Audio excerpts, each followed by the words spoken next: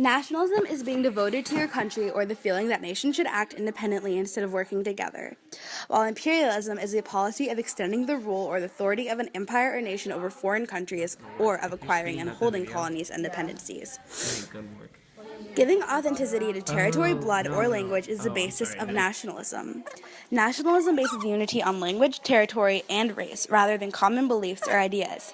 It distinguishes human beings by their birthplace rather than their ideas, and all loyalty is centered upon one's country. Should I be there? Loyalty to religion and belief should be subordinate to loyalty to the nation. Nationalists believe that their country is superior to all other countries.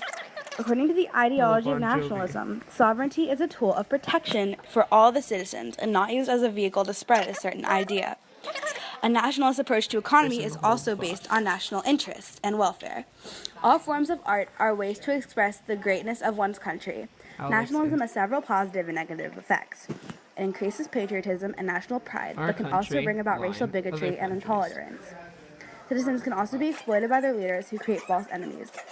Usually these enemies are not real threats and are often byproducts of a leader's own prejudices. Before I explain how Bismarck expanded Germany, it should be said that he practiced real politics, which operated based on what was practical rather than what was moral.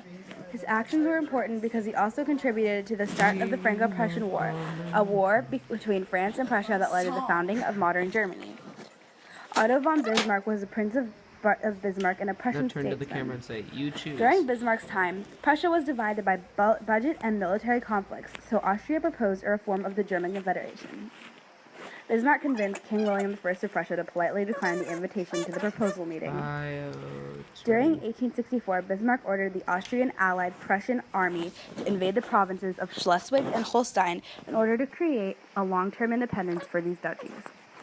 Denmark disagreed with Prussia and Austria, which forced Prussia and Austria to seize the two provinces from them. King William I wanted peace with Russia. Bismarck intended to create a dispute.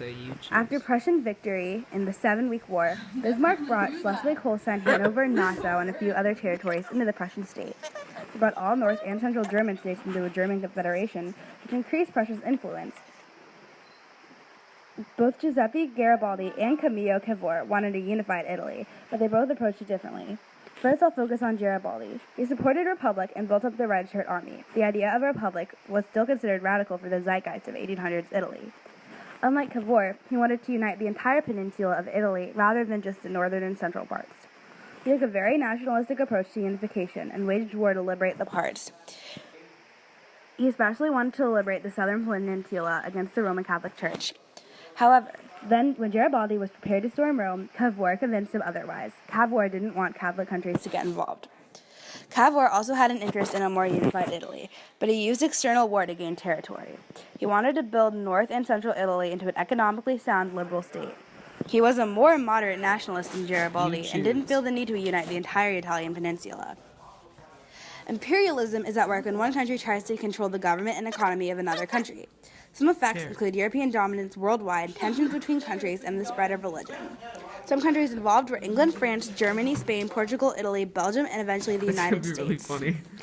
Nationalism and industrialization, as well as advanced technology, guns, railroads, steamships, etc., enabled imperialism to sweep Europe and the States.